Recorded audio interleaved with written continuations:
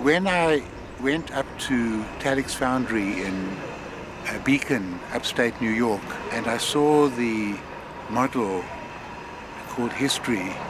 It was after Dumile died, and there were about 5 pieces that had been given there by Dr. Kanyili, with whom Dumile had stayed for a long time.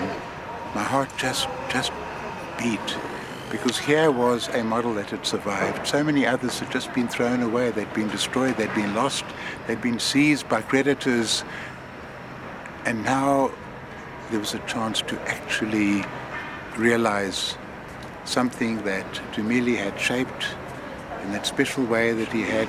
And the mechanism for me was through the artworks program of the Constitutional Court, because we had decided to build the court on the site of the old Fort Prison, where the court is right now.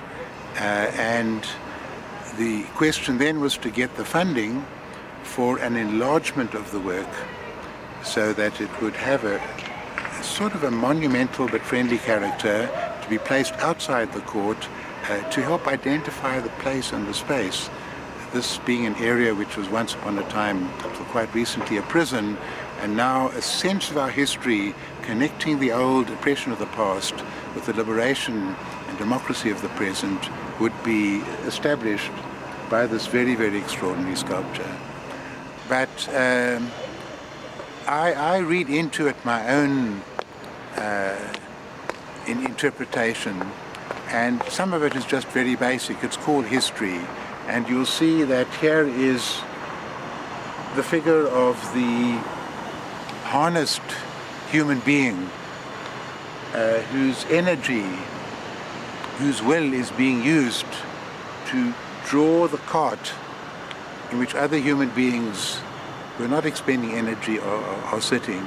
And our human history then is a history of some people arrogating to themselves, assuming the power to benefit from the labor of others. But what I find remarkable about the work is even the people sitting up in the cart at the back look slightly bewildered. They're also part of humanity.